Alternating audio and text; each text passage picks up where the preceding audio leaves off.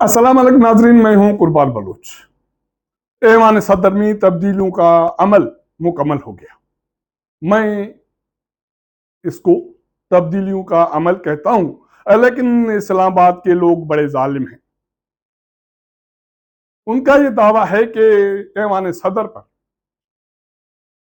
कब्जे का अमल मुकम्मल हो गया या ऐवान सदर फतेह हो गया। ये क्यों? वो इसलिए कि कुछ रोज पहले बातें ऐवान सदर में सदर की तब्दीली के हवाले से हो रही थी, लेकिन अब जो तब्दीलियां आई हैं उसके बाद सदर आसिफ अली जरदारी की तब्दीली की कोई जरूरत नहीं रही, क्योंकि वो ऐवान सदर में जिस्मानी तौर पर मौजूद रहेंगे। वो इजलासों की सदारत भी करेंगे, फैसले भी करेंगे, लेकिन जो कुछ जारी होगा, जो कुछ कहा जाएगा, जो कुछ बोला जाएगा, वो अल्फाज शायद ही सदर पाकिस्तान के हों। अगर ये सूरत हाल है तो फिर तब्दीली की जरूरत क्यों कर हो। आपको याद होगा कि तकरीबन 2-2.5 माह पहले मैंने एक प्रोग्राम किया था, जिसमें मैंने ये दावा किया था कि सदर पाकिस्तान आसिफ अली जरदारी को ये तजवीज़ दे दी गई है कि वो आराम फरमाएं, वो घर चले जाएं, वो मुल्क के एज आ सीनियर सियासतदान के तौर पर अपना किरदार अदा करें। ये जो सरकारी ओहदे हैं, जिम्मेदारियां हैं, अब वो अब उनकी बस की बात नहीं रही। वो फिजिकली ये अपनी जिम्मेदारियां अब नहीं निभा सकते। इसके बाद काफ़ी दोस्तों ने मुख्तलिफ प्रोग्राम्स किए, आर्टिकल्स छपे और खबरें छपी, और कुछ खबरें पिछले हफ्ते छपी जिन्होंने इस्लामाबाद में बड़ा रोला मचा दिया। इसकी वजाहतें भी आ गई, और उसके बाद हुकूमत इत्तेहाद में बड़ा रोला है, नया पेंडोरा बॉक्स खुल गया है। इसके हवाले से एक अलग प्रोग्राम करने की जरूरत है, जो मैं कल तफसीली तौर आपके साथ शेयर करूंगा। आज मेरा मौजू सदर आसिफ अली जरदारी का मस्कन ऐवान सदर है, जहां पिछले 24 घंटों में दो अहम तब्दीलियां हुई हैं। एक तब्दीली के हवाले से मैंने कल वीलाग किया था, आपके साथ तफसीलात शेयर किए थे कि सदर के माजी में सख्त नाकिद मुखालिफ मुर्तजा सोलंकी साहब को सदर का तर्जुमान तैनात कर दिया गया। मुर्तजा सोलंकी की तैनाती के हवाले से जो नोटिफिकेशन जारी हुआ वो सदर की मंजूरी से जारी हुआ, और मुर्तजा सोलंकी ने इसका ऐलान अपने सोशल मीडिया आउटलेट पे किया कि वो जाती तौर पर एक खुशी अवाम के साथ शेयर करना चाहते हैं कि वो ऑनररी सदर के तर्जुमान होंगे। इसका मतलब है कोई कोई तनख्वाह, कोई मुआवजा वो नहीं लेंगे, लेकिन वो रियासत के बड़े फोरम ऐवान सदर के तर्जुमान के तौर पर अपनी जिम्मेदारियां अदा करते रहेंगे।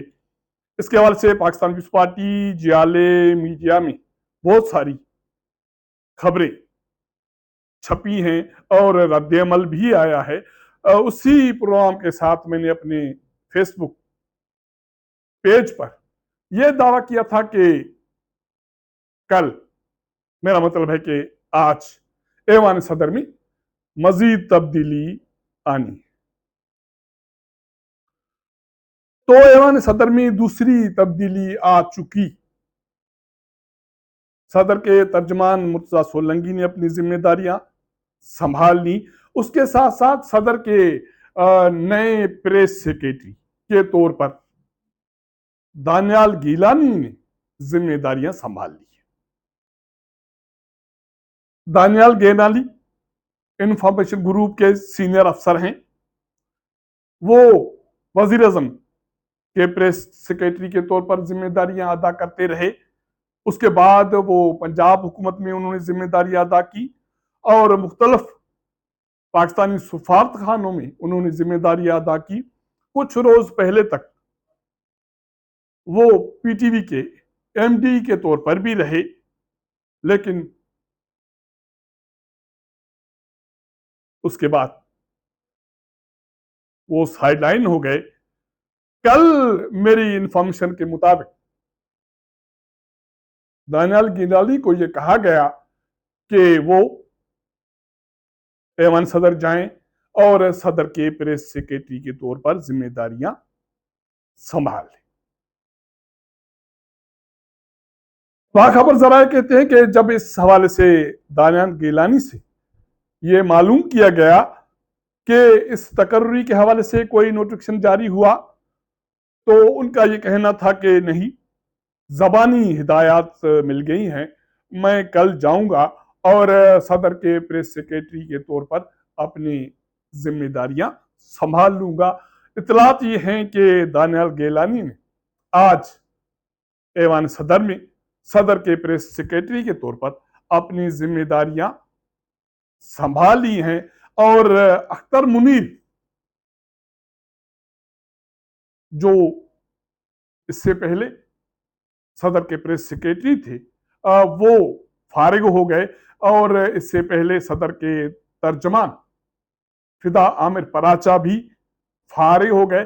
अब ये तकर्रियां सदर की मर्जी से हुई नहीं हुई इसका कोई फर्क नहीं पड़ता, लेकिन यह बात जरूर है कि इस्लामाबाद के लोग इन तकर्रियों को या पावर कॉरिडोर्स के लोग इन तकर्रियों को अपने नुक्ते निगाह से देखते हैं।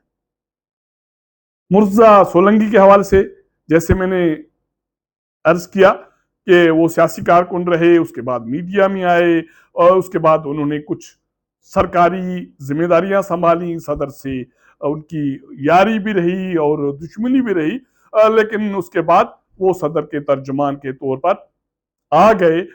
अब कौन पूछे सदर से या पाकिस्तान पीपल्स पार्टी के चेयरमैन से कि ये जो तकर्री हुई है आपके मर्जी से हुई है नहीं हुई है। अगर कोई पूछेगा भी तो किसमें जुर्रत है कि वो इनकार करे कि ये तकर्री उनकी मर्जी के बगैर हुई है। तो इसका मतलब है कि ये तकर्री हो गई। उसके बाद प्रेस सेक्रेटरी की तकर्री भी हो गई। अब सवाल ये उठता है कि इसकी जरूरत क्यों पेश आई। इसका जवाब आपको मुस्तकबिल में मिलेगा, लेकिन एज अ सहाफी एक जो मेरी सोच है या इस्लामाबाद में जो बातें हो रही हैं, जैसे मैंने पहले आपको बताया कि लोग समझते हैं कि ऐवान सदर फतेह हो गया, उस पर कब्जा मुकम्मल हो गया। अब उसके बाद सदर आसिफ अली जरदारी की तब्दीली के हवाले से जो खबरें माजी में आती रही, ये खबरें आने की भी जरूरत नहीं रहेगी और अमली तौर पर भी सदर आसिफ अली जरदारी की तब्दीली की अब जरूरत नहीं रहेगी, क्योंकि ऐवान सदर से अब जो कुछ कहा जाएगा, जो कुछ लिखा जाएगा, जो कुछ जारी होगा, वो एक तयशुदा पैरामीटर्स में होगा और सदर आने वाले दिनों में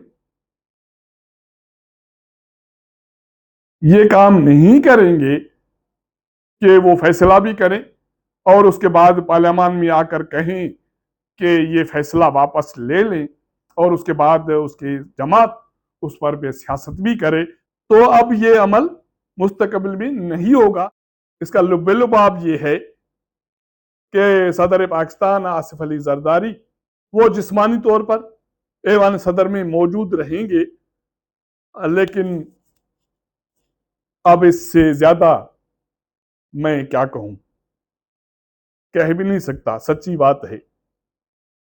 क्योंकि कुछ हुदूद हैं जिसमें बात की जा सकती है, पैरामीटर्स में बात की जा सकती है, उससे अगर हटकर बात होगी तो पर जलेंगे। जिस तरह सुहेल वड़ाइच के पर जले, तो मैं नहीं चाहता कि एज अ जर्नलिस्ट वो बात करूं जो कल मेरे भी पर जलने लगे। अगर ये मेरा व्लॉग आपको पसंद आए तो अपने दोस्तों के साथ जरूर शेयर कीजिएगा, अपना फीडबैक दीजिएगा। आपके साथ मुलाकात करेंगे अगले प्रोग्राम में, तब तक इजाजत दीजिएगा। अल्लाह हाफिज।